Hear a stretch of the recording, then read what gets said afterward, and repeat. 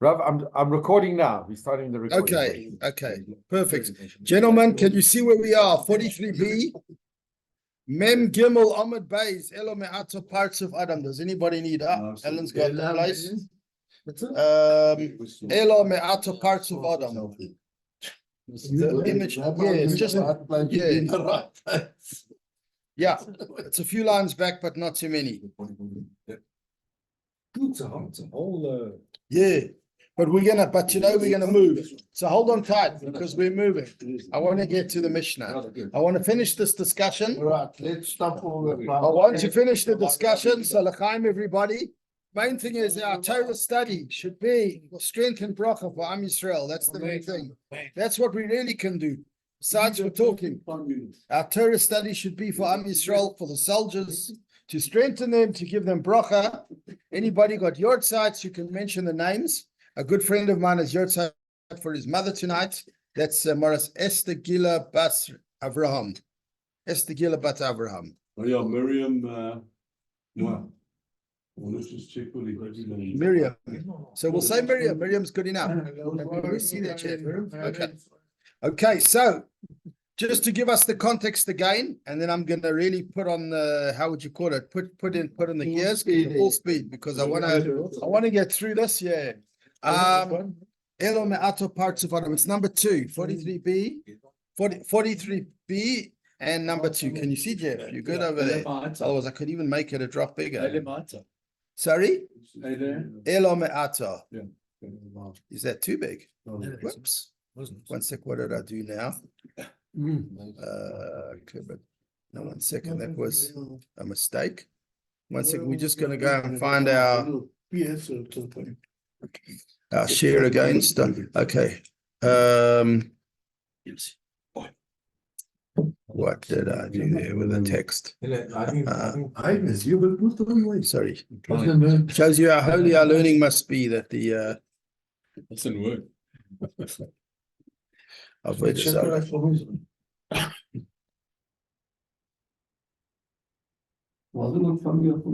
no, because it's we got knocked off for a second, but we're going back on again. We're going back on. For the Shiur. We got on Zoom. We got knocked off. Yes, a parent. Okay. Is it not coming on?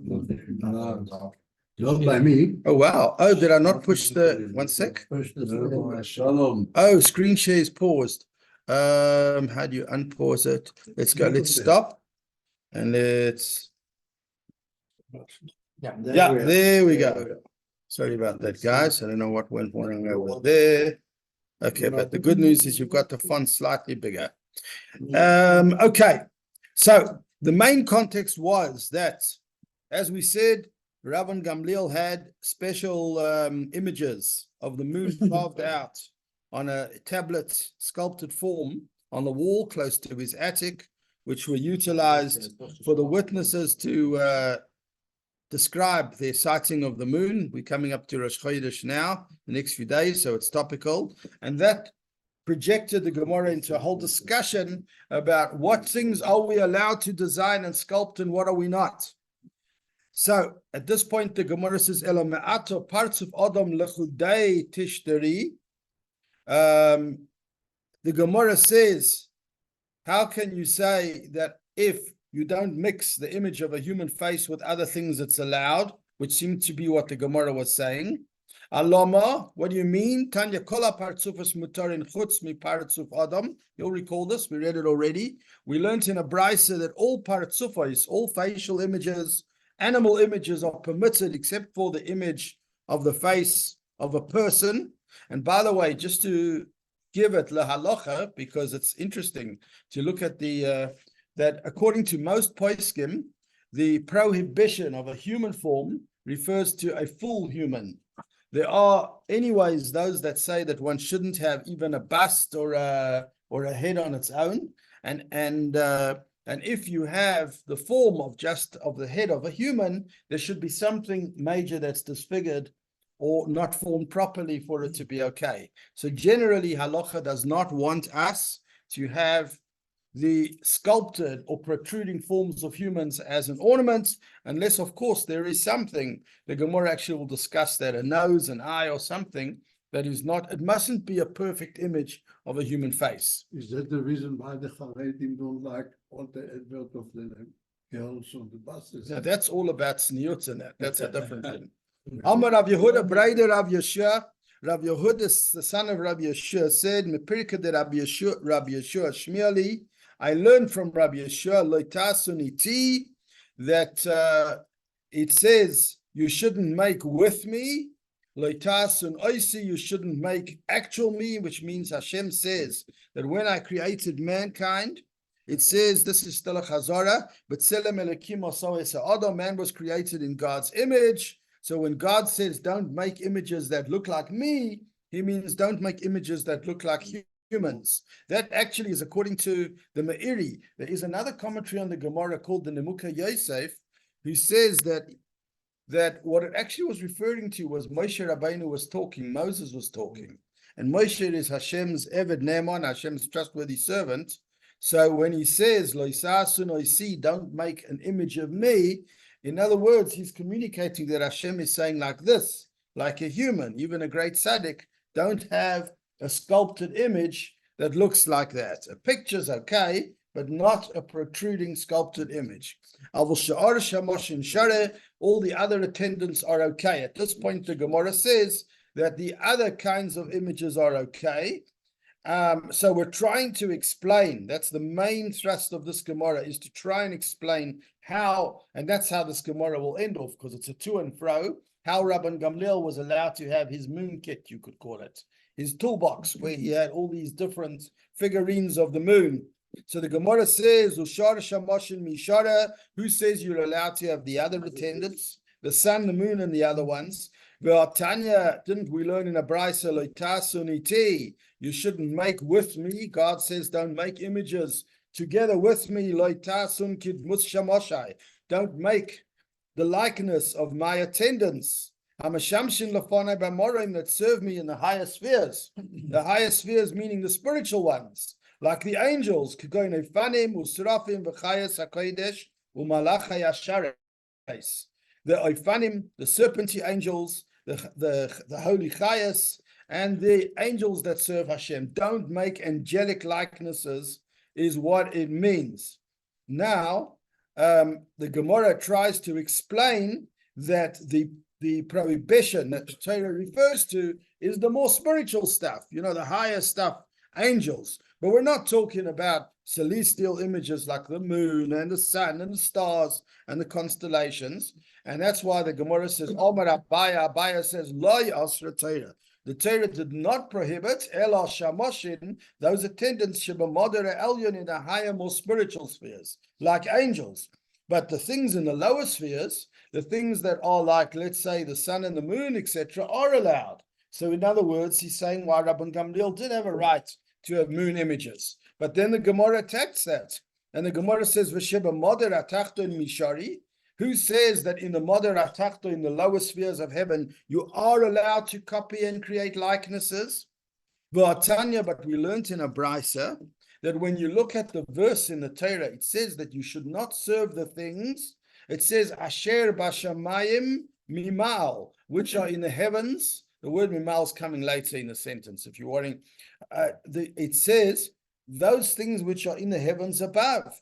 And we learned over there, Vatanya, there's a brisa that says, Asher bashamayim, that are in heaven, le rabbis chama ulavana, is to include the sun and the moon, koichavim umazalas, the stars and the constellations, the higher images that come from the higher spheres in heavens. Mimal, the word above, not just heaven, but above heaven, is le rabbis malachai ashares, to include the angels.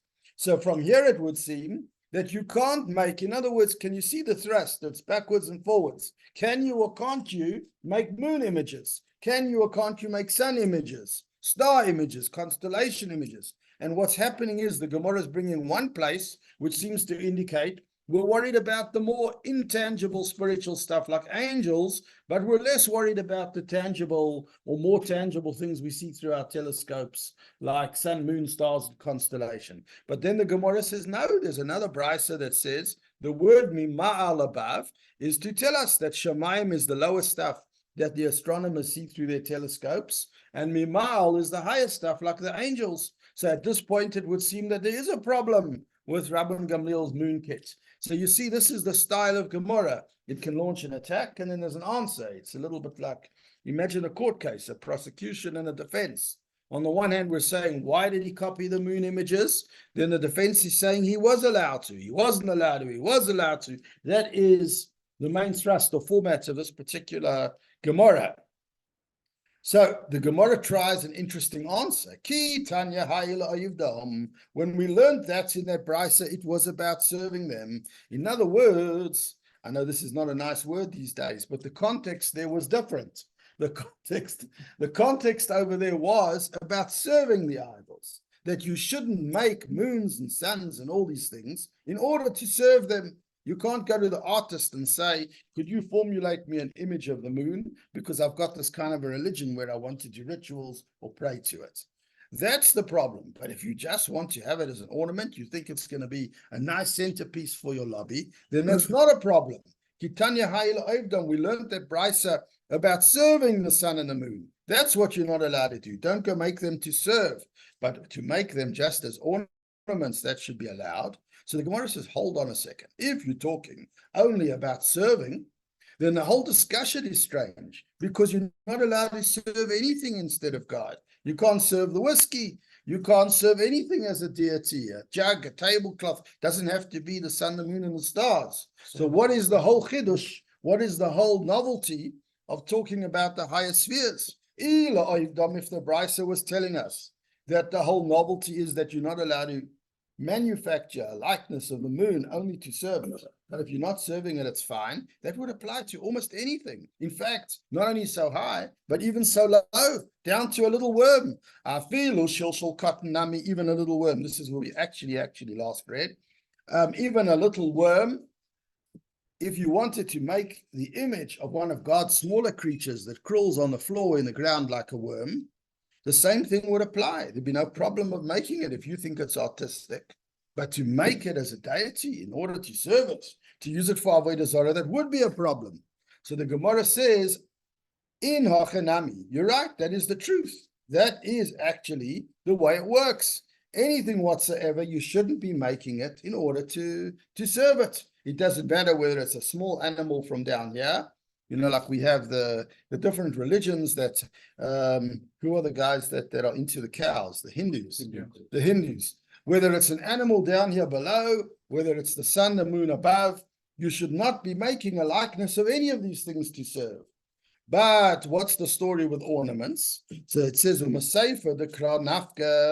this we learn from the end of the verse. The Tanya, it says over there in the brisa at the end,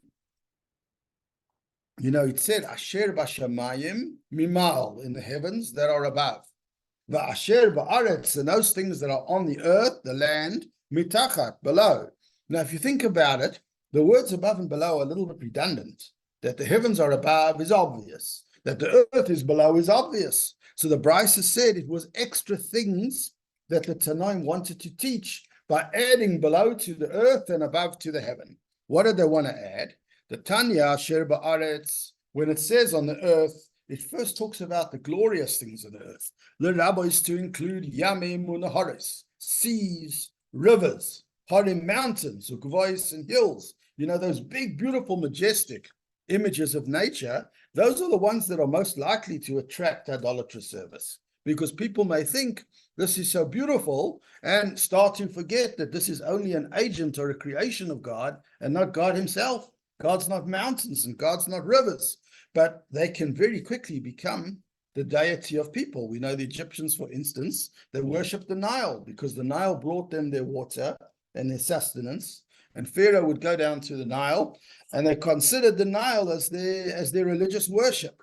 So the words in the Pasuk Asher ba'aretz, in the earth, referred to these glorious things like the rivers and the mountains. Mitachas, when it says below, it tells you even things that are not all that glorious, like a little earthworm or any kind of worm, a tiny little creature. If you want to turn that into some kind of statue or ornament because you like its image, Mitachas, below, the rabbis comes to include shilshul cotton, even a small worm. So it would seem at this point in the Gemara, it would seem that you're allowed to make it if your purpose is ornamental. If your purpose is in order to serve it as idolatry, then you can't make it. Whether we're talking about the great planets and constellations above or the creatures below, the making alone is okay. The making to worship or worshipping is the problem. So we're back to defense. We're saying Rabban Gamliel's okay because his kit of moon images was for a religious purpose. It wasn't to serve it as a god. But now the Gemara wants to question this. V'asiya greidosa mishara, who says making alone is allowed? V'atanya, we learned in a brayso, lo yisasuniti, don't make with me, lo yitasum kidmus shamoshai, hamashamshin lefanai b'morim, don't make things that look like my heavenly assistants, says Hashem, that serve me on high. Kegoin, for example, there you have it in a brayso. Chamo levana, the sun and the moon, kechavim umazalas, the stars and the constellations. So we're back to square one. It would seem that there's a brayso that seems to indicate you may not make these things. You cannot copy these images. So anyway, so the Gemara tries, even as ornaments, the Gemara tries to smuggle in another answer. You know what the answer is? Rabban Gamliel didn't make it himself. Maybe the issue, the prohibition, is the Jew making it himself. But if he hires someone else to make it, and it's also not for worship, then it's okay. Shiny Rabban Gamliel, it's different what happened by Rabban Gamliel. The Acherim Osuloi, other people made it. He commissioned other sculptors to sculpt him these moon images that he needed. He didn't make them himself. Maybe the problem, says the Gemara, a suggestion, is when you make it yourself. If the Jew doesn't make it himself and he uses it for a kosher purpose, then it's okay. When did we say you can't make it? In case you'll use it for idolatry. When you make it, somebody else is okay. Now the Gemara attacks the somebody else is okay situation with a story. The Gemara says, let me say the story outside first, then we'll read it inside. Not so fast. Rav Yehuda was a student of Shmuel, and Rav Yehuda had somebody make him a seal. You know, in those days, people like to have embossing seals. You know, Purim's coming soon. You remember Achashverosh gives Haman his ring with a seal, and he says you can go and stamp whatever you want. So in those days, a very powerful thing was instead of getting an iPhone 25, the big for a Rolex, the status symbol was to have a seal, and the seal had your exclusive image that your artist made you, and it protruded out so that when you took your seal and clapped it on something soft, it made that image embossed on whatever you did. And there were actually, as the Gemara will show us now, there were two kinds of seals you could get. There were protruding seals and there were sunken ones. You could have a protruding seal that, in other words, embosses a...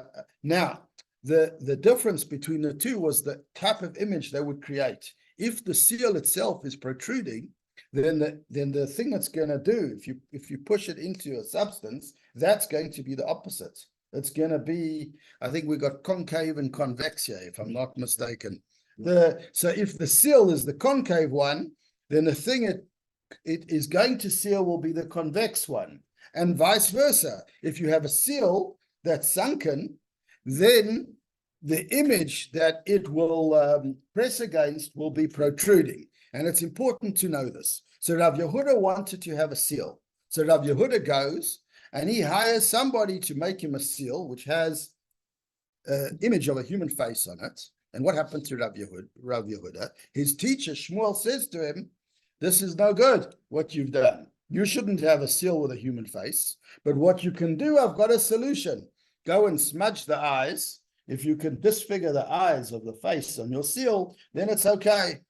So Rav Yehuda, so the Gemara wants to ask a question. There is the case of Rav Yehuda. The Acherim Osuloi, zu gesund. Acherim, others made Rav Yehuda a seal. He didn't make it himself.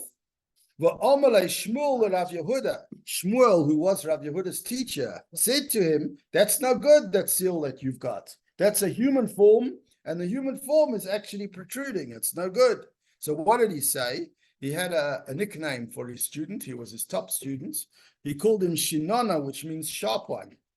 Shinana, you sharp one, Sama Eine Dedain, go and disfigure the eyes of that seal, destroy the eyes of that seal, and then it will be okay.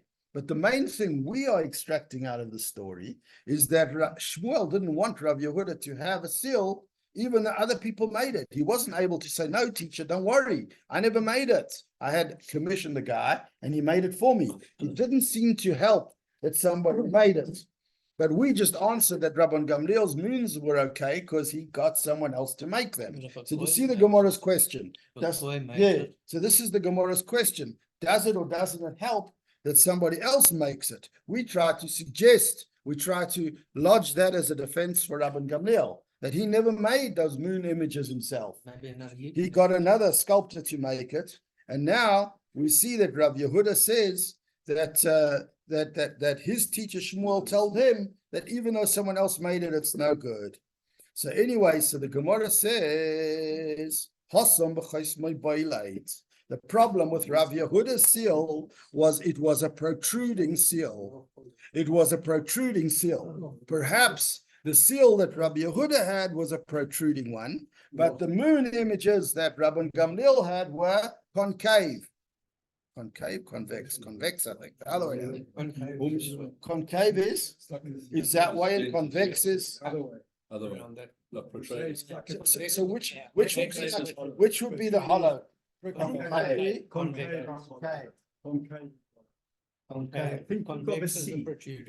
Think of a C. So which one is the is the hollowed out one, and convex is the protruding one.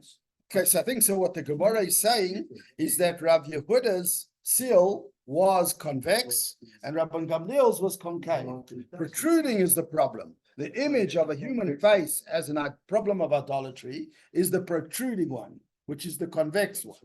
The concave one, the sunken in one, is not a problem. Hasom over there in the case of Rav Yehuda, the reason that Shmuel, his teacher, said that's no good is because it was a boilate, it was a protruding seal. Umishum chashada, and it was because of suspicion. The Tanya, because we learned in a brayse, a ring with a protruding seal, you are not allowed to wear it. But you can use it to seal. But the other way around, if you have a seal that's sunken, you are allowed to wear it. But you're not allowed to seal with it. Interesting scenario. What we're saying over here is that when a person had a seal, and the seal had on it an image that was not considered kosher for Avodah Zarah purposes, if the image of the seal was protruding, then the seal itself was a suspicion of Avodah Zarah. So then we would tell the owner, you can't wear that ring because it's a suspicion of Avodah Zarah. It's a protruding seal. But you can use it to stamp and emboss papers, because when you emboss, what you emboss is going to be the other way around. It's going to be concave. But the other way around, if you have a seal that's sunken in, it's the other way around. You can wear it because it's not protruding, but you can't use it because the images that you create are going to be a protruding, for example, facial image. And what the Gemara is saying is that it's not that these people intended Avodah Zarah, they intended a seal. You know, like in the university, they give a person a diploma or a degree and they emboss it. The people intended a seal. But because of the chashash, it's called, the suspicion, the possibility that maybe somebody would say, hey, that person's really got an idolatrous little mechanism in his possession. Therefore, they disallowed the use of it in certain ways. In this Mishnah, the sages came along and said, that seal that you have, people could worry that maybe you've got your little idol, your little package of Avodah Zarah. So because of that, you may not utilize it. If it's protruding, you can't wear it. And if it is the other way around, you can't seal with it. And basically what the Gemara wants to answer was that was the difference between Rav Yehuda's situation and Rabban Gamliel's. Rav Yehuda's was a protruding seal. Perhaps the moon images that Rabban Gamliel had were sunken in, and that's why they were okay. Not because somebody else made them, but because whoever made them was clever. He knew to sculpture them inward in a concave way, and therefore they didn't have a protrusion, and as non-protruding engravings, they weren't a problem. So the Gemara asks a question, since when do we worry about chshad, about suspicion? Since when do we have this problem that we tell a person we're worried about this little thing that you have, that it could be for Avodah Zarah? We know that there was a case, the Gemara brings a case study, we call it a precedent. V'habe knishta, there was a particular synagogue, the shaf that was destroyed, v'yasiv ben Hardia, it was destroyed in Eretz Yisrael and rebuilt in Galus, in Bavel, in Hardia. The Ukma Bayam Darta, and in that place they put in a statue. And even though there was a statue in it, a statue of the king, Shmuel's father and Levi, who were illustrious sages, prayed in that synagogue. They prayed even though there was this particular statue, and we had no suspicion problem. In other words, you're saying that we worry about people and things that could be Avodah Zarah. Here was a shul in the story that ended up with a statue, and even though there was a statue, two illustrious sages, Shmuel's father and Levi, they davened there, and it didn't seem, they didn't cry out and tell the chairman and the committee, get that idolatrous thing out the synagogue, otherwise we're not praying here. So the Gemara answers, Rabbim Shiny, a public place is different. In other words, because of the fact that that place was a public place, so therefore people would be less suspicious, meaning they would know that the public know what they're doing. They're not going to publicly, in front of everybody, use something as Avodah Zarah. Nobody will doubt and think that that was the purpose of that statue. They would know for sure that it is ornamental. They would assume that it's ornamental. But when it comes to an individual, we worry more about funny stuff that an individual has because it's a private place. And people are going to start to worry, what is this person really doing in the privacy of his own place? Maybe, God forbid, he's not like with us. Maybe he has his other stuff there. And when no one's looking, he has other religions and he does other funny stuff. And if that's the case, our worry comes back to Rabban Gamliel.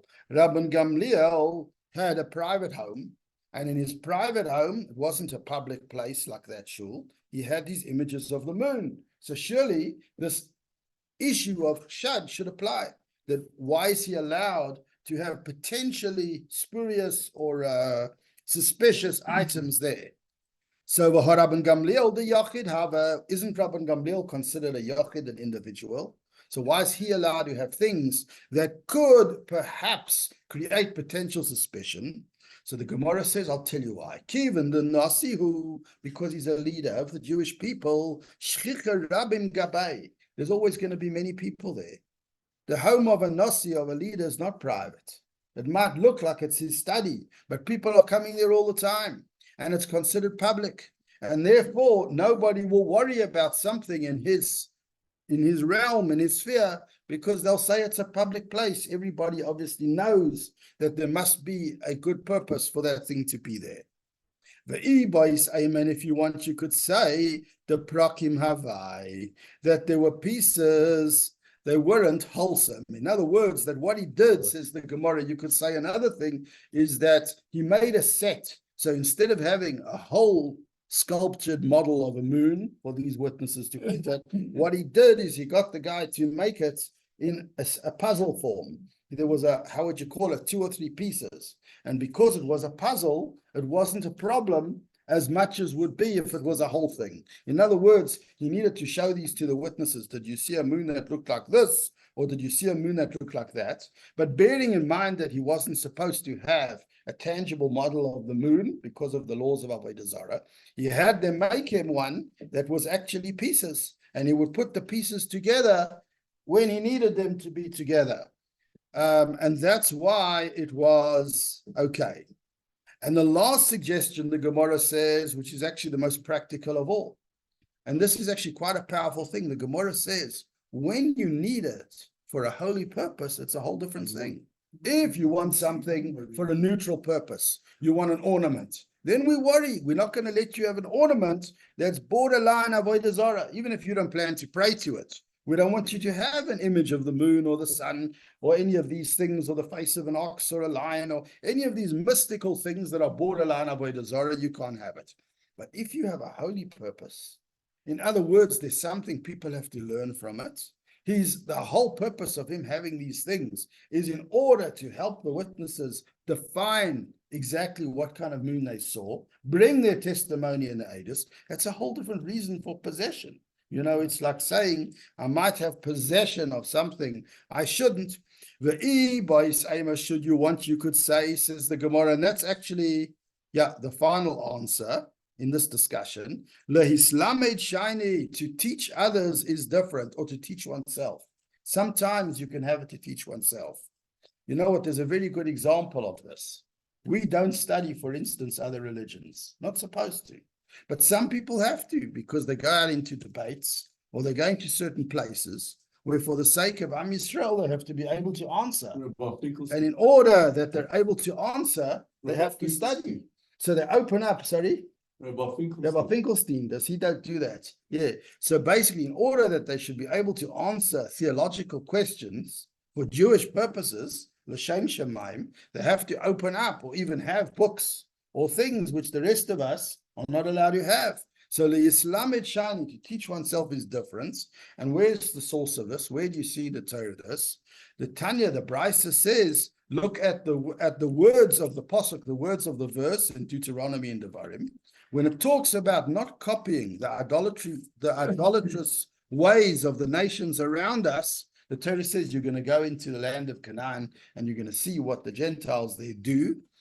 One of the expressions that Torah uses is loisilmad la'asos. You shouldn't learn to do what they're doing.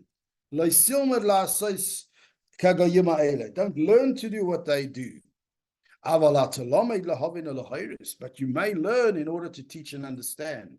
In other words, if the purpose of your learning is, God forbid, that you're going to go astray from Hashem's Torah, then it's loisilmad la'asos. But if you need to know what it is because you're a cult-busting rabbi, or you debate the missionaries, like what's his name, the late Rabbi Shochat used to do that, Rabbi Manuel Shochat, then you need to know. You know, they might ask you questions about Yoshka. You need to be able to answer. And the only way you're going to answer is you find out. I mean, anybody will tell you one of the core issues of debate is understanding the other side, the so-called other side.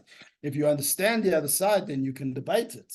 So if that's the purpose, then it's allowed. You can't teach yourself or learn to do, but you can teach yourself in order for the purposes of Torah. So that's the Gemara's final answer. That generally, yes, we don't make images of the moon and have sculpted actual tangible images of the moon in our possession, even if someone else makes them.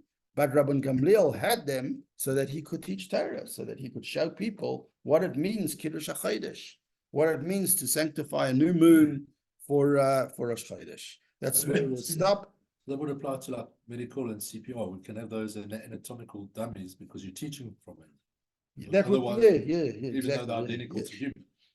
Yeah. So they probably would be allowed to have those, those models. Yeah.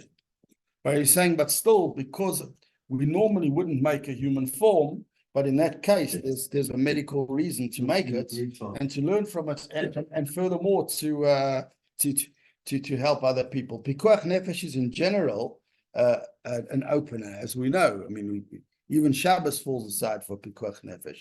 So, for instance, like we generally, I mean, it's a whole different discussion. We're very strict about not defacing the human body after a person has passed away. You can't cut them open and do all these things. But there is actually an exception that if you really know that by doing that you're going to save lives. Let's say, for instance, an example that's brought in a halachic teshuvah, in a responsa. is, and it's funny that when I heard this lecture, it was actually long before the COVID epidemic. I heard a rabbi who's an expert in medical stuff. And if you know that by trying to figure out properly what caused the person sadly to pass away, you're going to save many lives, because you're going to figure things out that you can now use to save other people's lives, then it could be pikuach nefesh that you need to do it. Sorry? Example of that.